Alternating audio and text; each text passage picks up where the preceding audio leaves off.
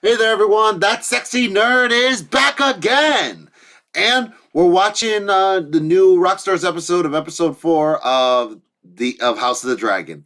And man, that again, I will attest this episode was so good. It goes to show that nothing really even needs to happen for the show to be amazing. So, yeah, I want to learn more about it, and I'm sure you guys do too. So, let's just get into the episode. And remember, please like and subscribe if you want to see more sexy and nerdy content. And let's do this thing, y'all. Throne's tradition of normalizing incest by, wow. But did it actually happen in this story told by unreliable narrators? Yeah, kinda. But does that even matter if the maesters hook you up with that good old plan T? Let's do what we do here at New Rockstars and go deeper into the visuals than anyone else cares to and expose the deeper layers of meaning that you might have overlooked in this episode. Starting with a very easy to miss update to the opening title sequence, the bloodline around Alicent's dial, which last week was updated to now meet Viserys' bloodline, now in episode 4 branches downward, but doesn't yet touch the dial below. The opening shot shows a Valyrian steel necklace that Daemon gave Rhaenyra, the symbol that's been on Rhaenyra's dial, and notice how she fondles it, foreshadowing the suitor that she really wants to fondle this episode. Ugh, I'm sorry. Other suitors line up to propose to Rhaenyra. We see one from House Frey, that's a sigil of the twins. There's a House Tully fish behind him, and then House Strong. Meanwhile, the old man speaking, according to the captions, is named Beric Dondarrion, who of course is not the Lightning Lord from Game of Thrones era, but this earlier Lord Dondarrion says, Blackhaven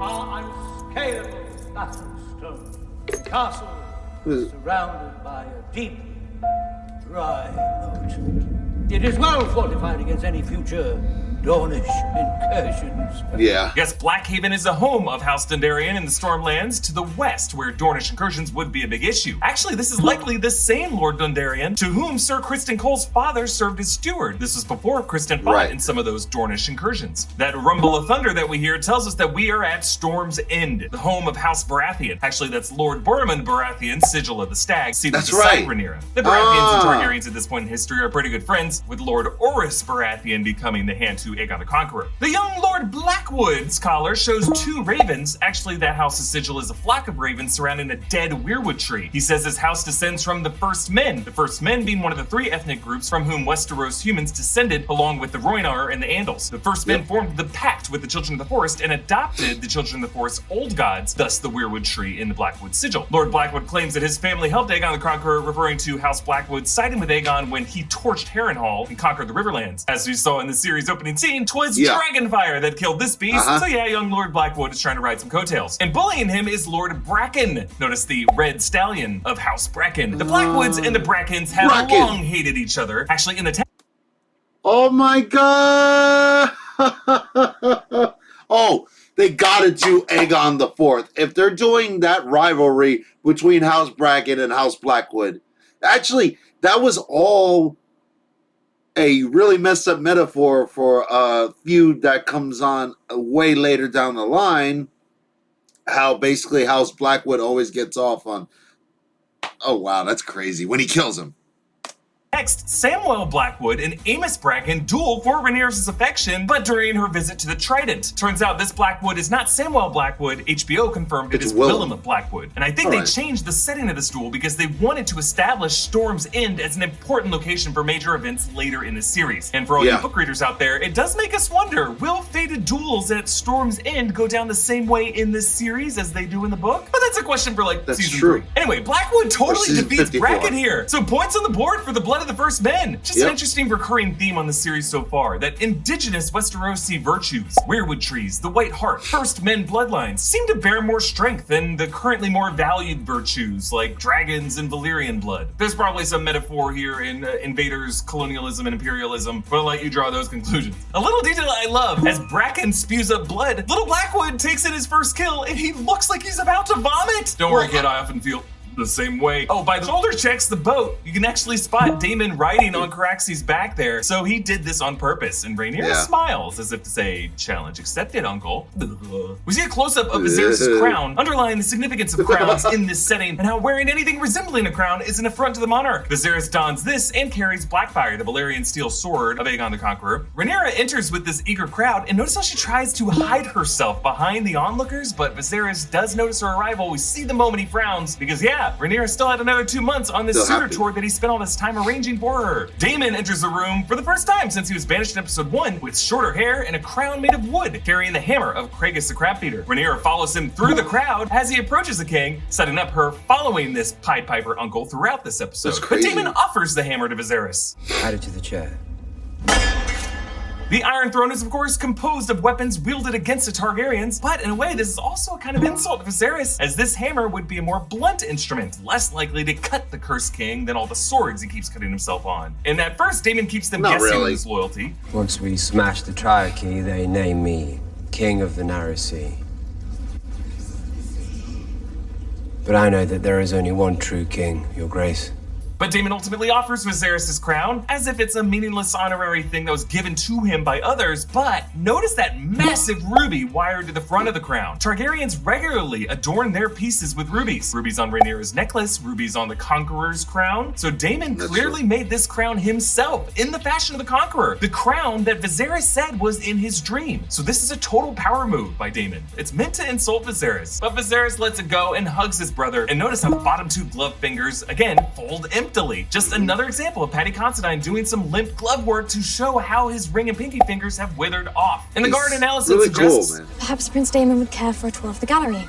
He hasn't yet seen the new tapestries gifted to you by Norvus and Cohor. Norvos and Cohor are the two inland free cities of Essos, meaning they weren't part of that maritime triarchy and likely wanted to curry favor with the crown to separate them from Mir, Lys, and Tirosh. I actually wonder if Norvos and Cohor could be the ones supplying those horny bestiality tapestries that cover the Red Keep. Rhaenyra and Probably. Daemon discuss royal marriages for men versus women and bring up Daemon's current wife, Rhea Royce, in the Vale. No. No, che se crei un tenco. Totaluti umbriago rus na jumban.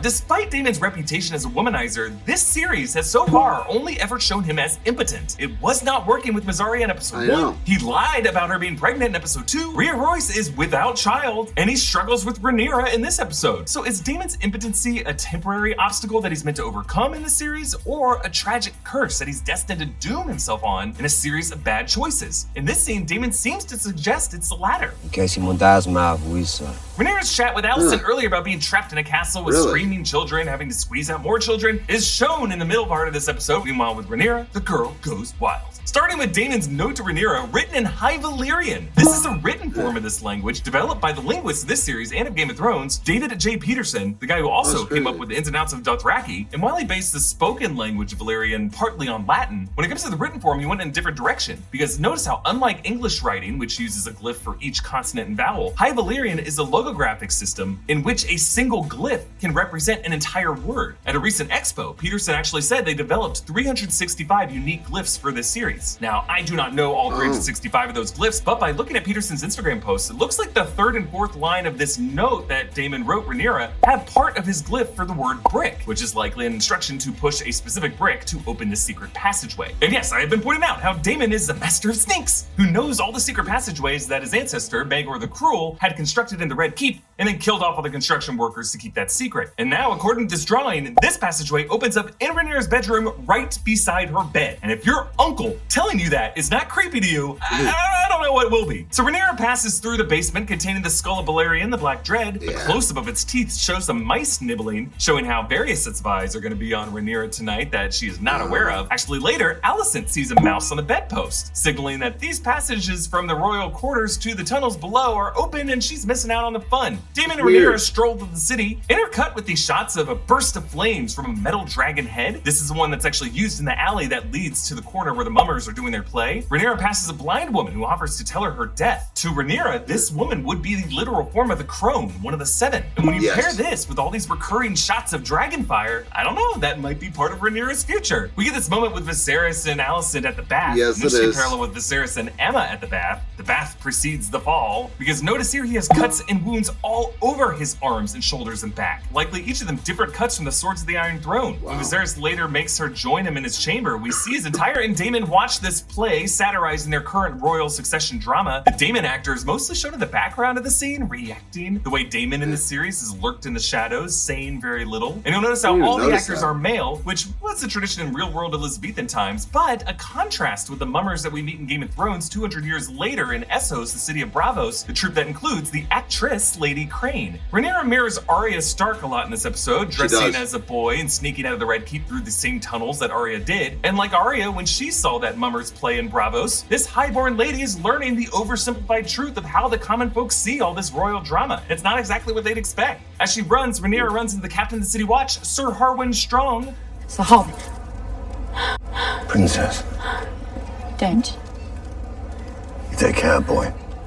Next time you might not be so lucky. You remember Sir Harwin? He joined the hunt in episode 3 and gave Rhaenyra that approving grin when she returned with the slain boar. Now, in her private quarters, the bed that Alicent sleeps in is the literal same bed and headboard of the bed that Queen Emma died in. Now, it's understandable that Alicent would have the same room, but they couldn't change out the bed? Come on, why would you do that to Alicent? Now, thanks to YouTube, we won't be showing or really describing most of the sexual imagery in the brothel sequence, but director Claire Kilner did describe how she tried to shoot the sex scenes of this episode from Rhaenyra's point of view, as opposed to from the male point of view, which traditionally is how a lot of sex scenes have been shot. So you'll notice as this intercuts with Alicent, we actually spend most of the runtime on close-up reactions from Rhaenyra and Alicent, and their contrasting excited and bored expressions. The sex that both of them are experiencing is really framed through the way they're emotionally processing it. But really, including Rhaenyra and Daemon's hookup at all in this show is hugely important, because it lends a bit of objectivity to something that was, in the text, presented as unreliable gossip from the account of a mummer named Mushroom. But notice how this scene is shot with hardly any lighting and really a lack of clarity over how far exactly it goes downstairs. Like if you rewatch the scene yourself, not here, you'll notice that Daemon does lower Rhaenyra's trousers. He presses himself against her, but there's no like thrusting. And soon after that, she just turns around and takes the reins in her advances. And that's when Daemon totally disengages. So it's tough to watch this scene at first glance. And well, it's actually just tough to watch a period. But it is difficult to watch this scene once and come out of it with a clear understanding of how far these two actually went. Therefore, in the context of this brothel, any witness to this hookup couldn't truly testify with certainty over how far it went either. That's true. You could say maintains the unreliable narrator element from the book. That's all we what know I'm is saying. that this uncle and niece definitely went too far, but that only the two of them actually know how far it really went. And that afterward, each of them made separate decisions on how to recount that truth to others. I feel like I'm gonna get a lot of emails yelling at me for that one. I'm just saying, I don't think anyone who watched that scene for the first time could look at that horrible lighting and say, I know exactly what happened there. Now we see this shaggy-haired boy outside who follows Rhaenyra. He was likely also among those peepers on Daemon and Mazaria in episode 1, part of the network who reported to Otto that Daemon called Baelon heir for a day, something that we also did not see Daemon objectively saying on screen, but he took credit for anyway. Rhaenyra goes home and seduces Sir Criston, which is also an alteration from the unreliable account that's in the book, which claims that Daemon coached Rhaenyra into seducing Sir Criston. But here, it is fully Rhaenyra's own choice. And that's proven with, I think, my favorite detail of this episode. The next morning after sleeping with Sir Criston, and for the rest of the episode, notice how Rhaenyra has now switched out of the Valyrian steel necklace that Daemon gave her, the one that she was touching in the opening shot. Now she shelves that necklace and has reverted to a simpler golden necklace because she no longer needs Daemon to have power in this episode. Now Otto meets with that shaggy-haired boy, whom we learn is a messenger from someone called the White Worm, and this same boy in the next scene passes money to Mazaria, and she is dressed in a slender white gown. So it is confirmed, Mazaria is the White Worm, Otto's primary contact, who has been passing Otto intel on Daemon with the help of these child spies. Like Varys and like Qyburn, she has the League of Little Birds, which makes sense because this character will go on to become a master of whispers. Yes, she will. Like this shot where Daemon's blindness to her is reflected with the blinding sunlight behind Mazaria as she hands him the hangover tea. Now, despite all this, we still do not know if Mazaria's reports are objectively true or just some salacious gossip that paints Daemon in a scandalous light, and Daemon just doesn't deny any of it. Actually, one could argue that Daemon knows Mazaria is feeding this gossip to Otto and allows it to happen, knowing that Otto will spill this tea to Viserys, embarrassing the king and forcing Otto to admit that he is using spies, which makes him look pretty bad, which would ultimately force Viserys to choose between his hand and his brother, which Daemon might have plotted to remove both himself and Otto as morally corrupt equals. Really, it comes down to how smart do we think Daemon is? I don't know, he may just be a self-destructive prat, but I just love the way Matt Smith plays this with such cryptic glances, very few words, and the way this character is written to just own up to the things that would hurt his brother the most. Otto mentions the Hour of the Owl, calling back the Dragon Keeper's reference to the Hour of the Bat in episode 2. So the hours through the night go after sunset, the Hour of the Bat, and the Hour of the Eel, then the Hour of Ghosts, then the Hour of the Owl, then the Hour of the Wolf, and then the Hour of the Nightingale. So in the Godswood, this scene with Rhaenyra and Alicent, my favorite scene of the episode, because Rhaenyra responds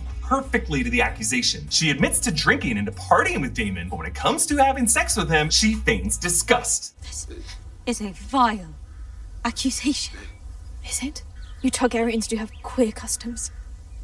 And Daemon certainly knows no limit. Alicent, your Grace, sister, you must know I would never. You couldn't believe such gossip. I love the contrasting communication compared to these two in the previous episode. Because in episode 3, Rhaenyra cold shouldered the queen in the same location. But now Rhaenyra comes to her, appealing to her by name and then by her formal title, Your Grace, and then through their sisterhood companionship. And as Rhaenyra did when she was making out with her uncle, she so deftly shifts first from the defensive, but then to the aggressor. Father is no gossip. Well, certainly he's been misled. He could not have witnessed such a thing. Why not? Because it did not happen. He was told. There you go. And Rhaenyra catches Alicent for basing this on an anonymous third-person account, one that Alicent was not even supposed to hear. She was eavesdropping. Dropping eaves! So Rhaenyra, knowing she has her, crosses behind her, closer to the judging stare of the eyes of the weirwood tree. She is literally on the higher ground now, like a judge in a courtroom. In this way, if you think about it, Rhaenyra also avoids having to herself look into the eyes of the weirwood tree because she is totally lying through her teeth in the scene. I am the Not princess. really.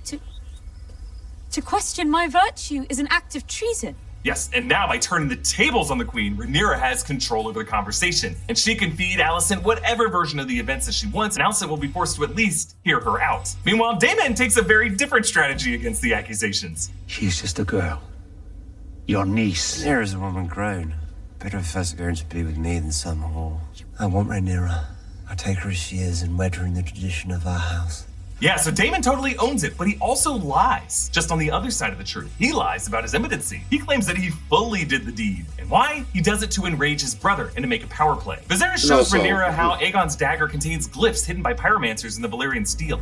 From my blood come the prince that was promised, and his will be the song of ice and fire.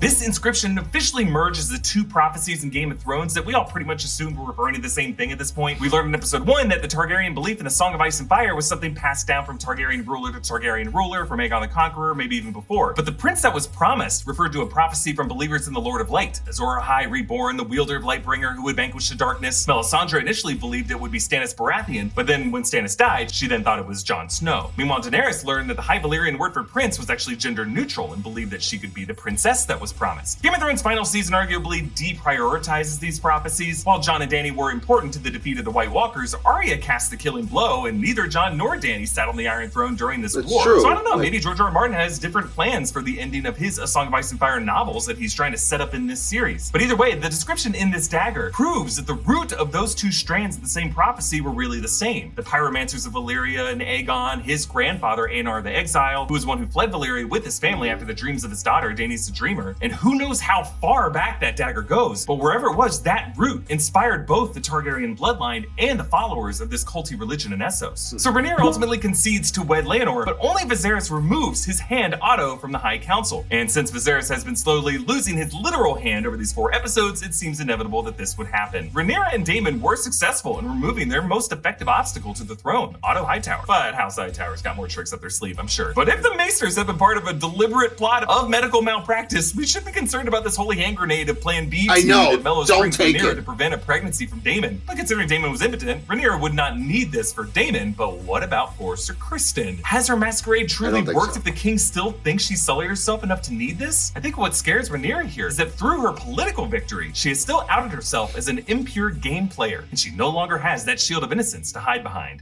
See, this is what I was saying. A lot of the stuff that I said in the last video actually was true. And yes, I also realized that the video has not been uploaded yet, YouTube, but it will be out soon for you guys to watch it, and you can see my actual reaction to the episode.